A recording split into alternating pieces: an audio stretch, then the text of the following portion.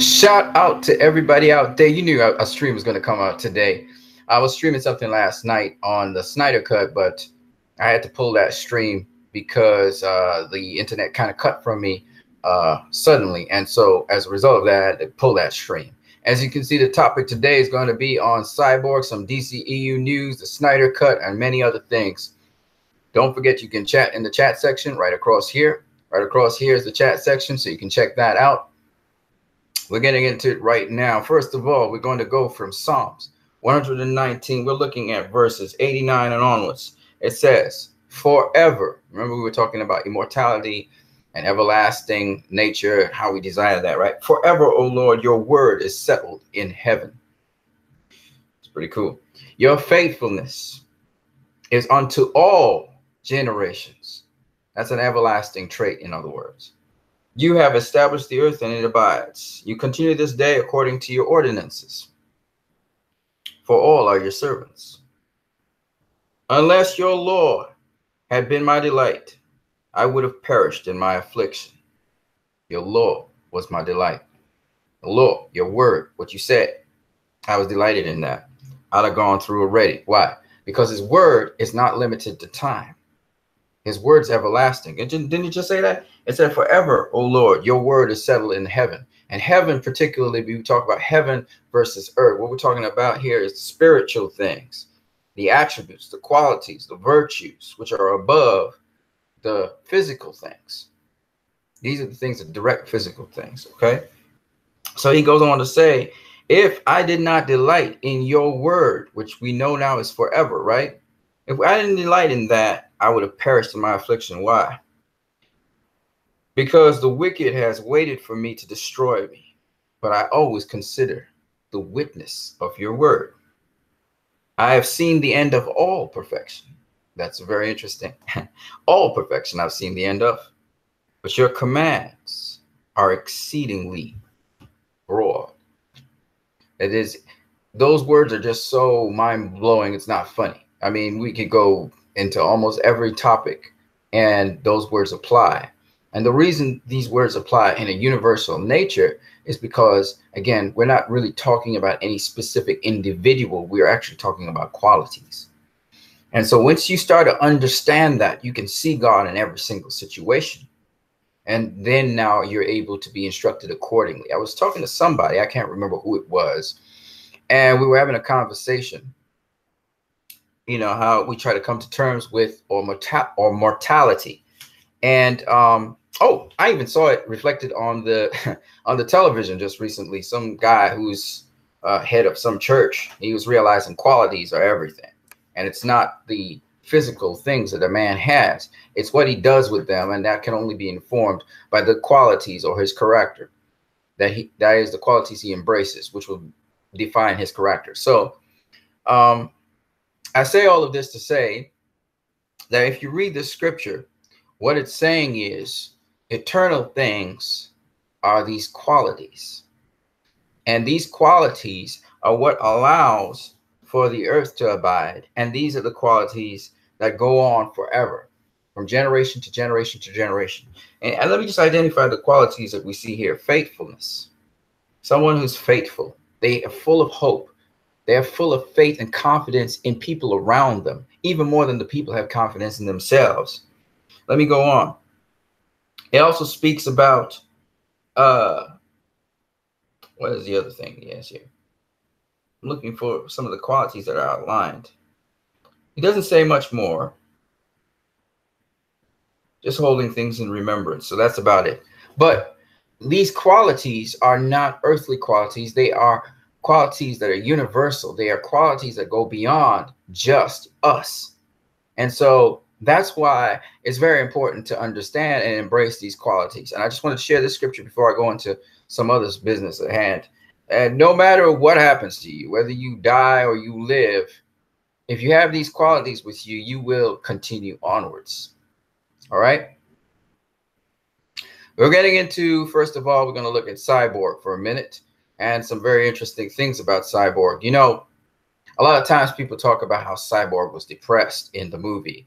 And because of that, he said that Victor Stone was dead. but I want to provide some ample evidence to show you that there was something deeper going on and with respect to Cyborg. So I'm pulling you guys up to these photos here.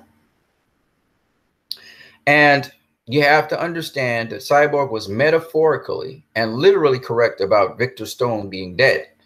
And we're going to go into that in so many different ways. And I hope you enjoy yourself when you're going through this with me as we break it down. So first of all, to the world, literally to the world, Cyborg was dead. I'm sorry, not Cyborg, sorry, Victor Stone was dead. So in the news, when Alfred pulled up the news on Victor Stone, he found out that he has a genius IQ, and I quote this straight from the movie, football scholarship to GCEU, which is Gotham City University, and he's deceased. This is what Alfred Pennyworth was able to pull up on Victor Stone. So literally in the news to the world, Victor Stone is no more. Okay, and this is confirmed further where Victor is hearing residue of Alfred talking to Bruce Wayne, and you see him here. He picks up through his, you could call it eternal Wi-Fi, his network, whatever you want to call it. I think we call it the grid. The grid helped him to pick up that Victor Stone. Alfred was just saying Victor Stone. He didn't hear the rest of the stuff. Deceased. Okay. And what was very interesting about that is the actual sound that is made that tells you that Cyborg's picking up this information. It's very interesting. If you were to pay attention, be very quiet, you would actually hear that electromagnetic sound as well as your thoughts are being processed. And you will actually hear also other people's thoughts. I don't know if I should say this, but and this is what's called telekinesis. It's also called telepathy. And if you pay attention, if you're very, very still, you start to hear other voices. And it's not, you know, a lot of people talk about schizophrenia, that they hear all these voices in their head. Actually, this is going to scare some people, but it's not. Don't be afraid of it. I've experienced it myself. It's where your receptor to electromagnetic signals, you start to hear other voices because you're starting to tune into the world around you. And so you can actually hear people thinking. You can actually hear conversations people are having. Victor Stone, I'm just going to say this now. Victor Stone's more real than you think. Victor Stone or Cyborg taps into a certain part of the human psyche that we have. See, superheroes are not that much different to us. Now, if I say telepathy, a lot of you guys are going to freak out and say, oh, he's into some devil worship or something. No, no, no, no, no. It's real. It's very real. It's as real as radio signals are real. If somebody from the past were to see people and hear a radio talking and can't see anyone, they would say, oh, it's demonic. It's not demonic. It's receivers and transmitters. And we human beings also are able to receive and transmit signals. And this has been proven a number of different ways in science already. So it's out there. It's just not circulated in mainstream media. And I'll tell you why they don't circulate it, because if you guys knew that, you would be able to telepath all over the place and do all kinds of incredible things. All right. So telepathy is real, folks. I'm telling you guys now because I experienced it myself. And I was in Christ, and deep in Christ and everything. And it's just what it is. It's a part of the human phenomenon. We have the capacity to be able to communicate without speaking, and also to pick up also people who are speaking in other parts, sometimes in completely different parts of the world, but we are able to pick up their signal, which has come all the way across the world to us. This is another reason why sometimes you meet different people in your dreams as well. It's because information not only travels, I'm saying these things and it must sound strange to a lot of people, but information travels in such a way that you know, the Matrix in a way is so true. It's so true. You know, dreams are a digital depiction of things that happen in life. They're actually signals that are neuronal signals that generate images, and that happen all the time. Actually, you're generating images even now. As you are looking at things, there are also other images that are being projected. And if you pay attention or you close your eyes for a minute, you will see the residue of those images. And some of those images are moving around. So I'm just telling you guys, I don't know if I'm going down the deep end and some of you guys are going to think I'm crazy, but these things are actually real. Okay. And there's a lot of things in sci-fi and a lot of things in these sci-fi superhero movies that are actually very real. which is why I kind of identify with them so much and so tightly, because some of these things that happen in those movies I've actually experienced. So I'm just saying so that you guys would know, you know. All right, so whatever you want to think of me is okay. I'm cool with it, but I'm telling you the truth. I'm not telling you a lie. So when Cyborg starts to hear that signal, that electromagnetic signal, and then he hears Alfred's voice amongst the other voices he was hearing, that residual voice also confirmed that he was deceased. So it wasn't just Cyborg speaking his emotions and his disappointment with what happened to him, but it's literally something that has become news, that literally Victor Stone is no more. So that's the first layer. But let's just go a little further to confirm that first layer, shall we? So it also goes on to show that here is Silas Stone. He's leaving the office on the Kryptonian ship, which is found in Metropolis. And there is a janitor there. His name is Howard. That's all we know him as. We don't know his last name. And Howard says to Victor as he's leaving, "I'm very sorry for what happened to Victor. Was a wonderful, not Victor, Silas, sorry. I'm very sorry for what happened to Victor. Was a wonderful kid," indicating that he thought that Victor died. So Howard also believes that Victor died. Okay. And this hasn't made news, as in public news all over the place, but a select group of people know that Victor is dead. Then when we go to just right after that, the scene right after that, you hear Victor talking to his father, Silas Stone. He says, "Does anybody know at the lab? Does anybody know I'm alive?" To which Silas Stone answers him. He stutters. He says, I didn't think you were ready for them to." And then Victor interrupts him and says, "For what? For them to see the monster." And then Silas says, "You're not a monster." And Victor says to Silas, "It's weird. You thought I meant me." He's talking about Silas revealing himself as a monster. And it tells us immediately Silas Stone has not told anyone that Victor is alive. He's letting everyone believe that Victor is dead. Let's continue. So Victor has a point when he says, "I'm dead," because to the world, he's dead.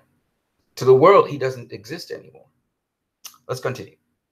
And this concept we've seen in a number of movies, like The Sixth Day, where they hide that Michael Drucker is actually a clone. Because if the world knew that Michael Drucker was a clone, then they would interpret that as Michael Drucker is dead. The Michael Drucker from his original body is dead.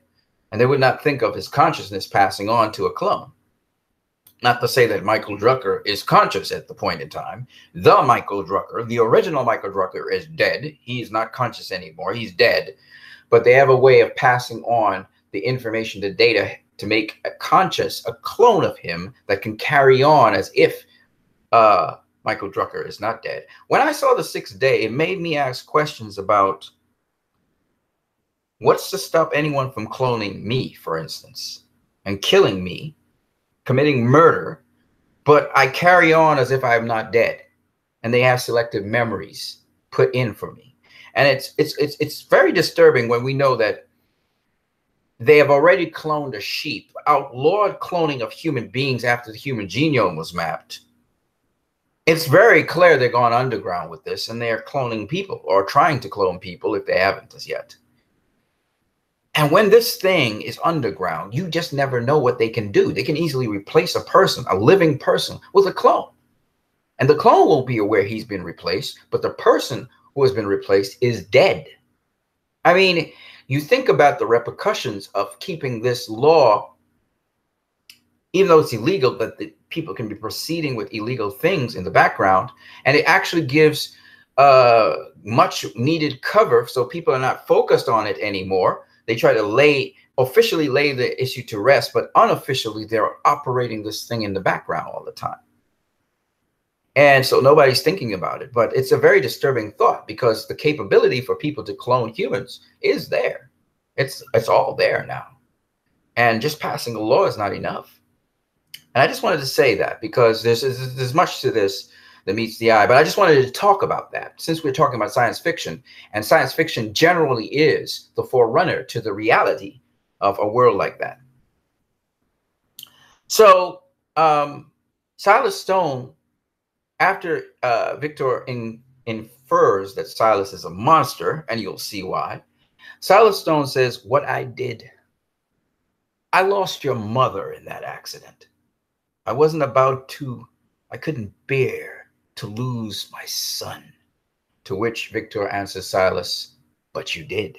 And that's a very loaded statement. For those of us who know the comics, know the history of these characters, it's a very loaded statement because Victor is saying to Silas, "You lost me a long time ago, one, because you never really paid attention to me, and two, I am no longer that person that you once knew me as."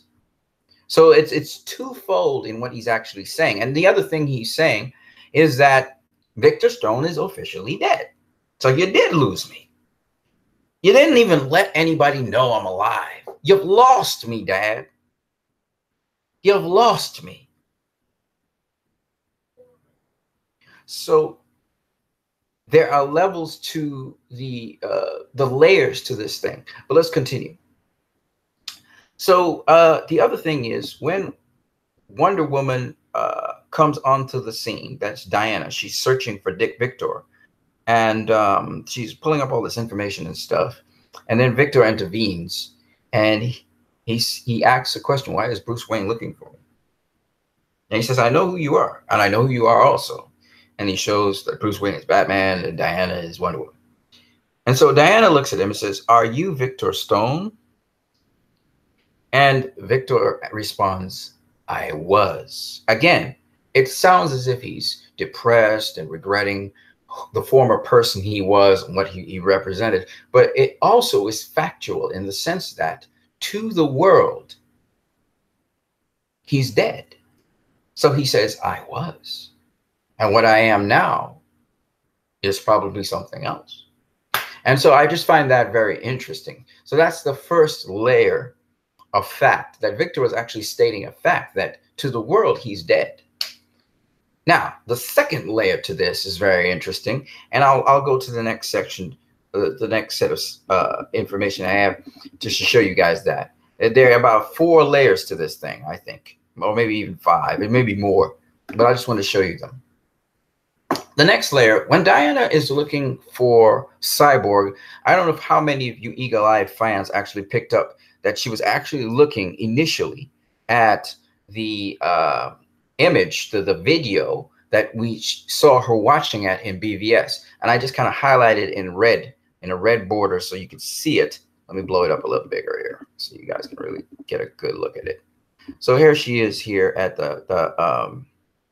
at Wayne Manor, at Wayne Enterprises, sorry, on the, yeah, at Wayne Enterprises, or Wayne, not Wayne Enterprises, sorry, at Wayne Manor, okay? She's underneath in Wayne Manor, and here she is, and if you look at this here, what she's looking at, this is Cyborg getting boosted up by the mother box. He's being born. There's Silas Stone looking at the camera, and that's basically this image here that was from BVS. All right. And just so you can see it again. So she's hunting down more information here. So I'm just going to kind of roll down here. And she's looking at more information here. And if you look here, this is the same photo, of course. This blows up here. This window opens up. And she's searching for Victor Stone. Before that, we're looking at Silas Stone. And when we look, we see Silas Stone working on Victor here. Okay. And Victor seems to be in great pain. But he has his limbs. He has his arm here. He has his torso. It seems as though he has fake feet here. He doesn't have feet. These look like fake feet. These are not real feet. Otherwise, you'd see his flesh. So that's not his real feet. That's artificial feet. And he has an artificial arm here. And what's weird is he had a torso, and he also had an arm, and he had a neck, and he had a head. And if we look up on top here, if you do remember from BVS, these limbs were not present at all. He didn't have any limbs whatsoever. his torso was restricted to just a little tube. He had a neck and a head. Okay. And to me, that's kind of crazy because it means that that's evidence, as this says here, of Silas Stone basically butchering Victor Stone, which is why Victor said, you know, that's another reason why Cyborg, or Victor even himself, would say that Victor Stone is dead, because the physical pain and stuff that happened, and basically clinically he was dead. I mean, his heart was beating, but you know, his very minimal neural activity. And even though Silas Stone talked about would-be death, and he was, you know, when you look in BVS, Victor looks like a plastic thing on a wall. He doesn't look like he's alive at all. All right. And Silas has the heart beating and probably some brain activity. So Victor went through some hell. He was tortured by his father, which is why he called his father a monster. And just from that baptism, Victor literally died. So Victor Stone literally died. And what was birthed by the mother box, which brought him back to life. So he was literally clinically dead, but the mother box brought him back to life. Was Victor Stone literally died. So there was the news that he died. And then there's the literal, he literally was dead. Okay. And then there's, and he went through a lot of torture and lost a lot of limbs and stuff in the process of dying. And so there's that. Now, the third thing is that Victor Stone, and this is the one everybody talks about, where he regrets and he had sort of a depression, was that Victor Stone gloried in his body. Victor Stone was defined as an athlete. He was defined as a genius. He was defined, he had a life. And that life was gone when he became Cyborg, or the Cyborg. And so that in itself is the metaphor in which Victor Stone mostly talks about himself as being dead. And he's like, I used to be. And that's the metaphor there, which people talk about. And he's emotionally depressed about that, and so on and so on. And that, you know, what he has now are gifts, but he doesn't consider them gifts. He considers them a burden. All right. So that's the one that everybody knows. But then there's the other layer to this, which has to do with Victor Stone becoming something which he cannot define. And this is the part. So once there was Victor Stone, the human being, and that he was Victor Stone because he was, as far as we're concerned, he was alive. All right. But now Victor Stone, if you look at him now, he's a machine. He's mostly a machine, maybe a living machine, maybe dead. But what is he? He doesn't know what he is. He's not. Is he human? Is he not human? What is he? Is he alive? Is he dead? What is he? He does not know what he is. And he's constantly evolving. And this fourth definition of Victor Stone is the one in which, again, Victor has problems. So he can't say that I am Victor Stone, because Victor Stone was a human being, and human beings are considered living things, sentient beings. What am I now? Am I alive? Am I not alive? And that's why Victor Stone said, I was alive. I was. Okay. So in that regard, Victor Stone is considered as past tense being alive. Okay. All right, guys, I got to go. I want to just check out my family member, my mom, to see what's happening with her. She seems to be in some problems. So I want to just stop this video for a minute. I will come back to this stream. But for the moment, I just wanted to show you the layers to this thing. And just to emphasize on that, we'll talk a little bit more about the DCEU, Zack Snyder stuff, the release of Snyder Cut, some of the new news in the DCEU, which is really old news, and some of the other things that are going on in DCU, which I think are very interesting. But for the moment, I just had to go. I just want to see what's happening with my mom across the way. I hope you guys are enjoying this. I see some people are here. I don't know how many of you guys are responding to me right now. Let me just have a look and see.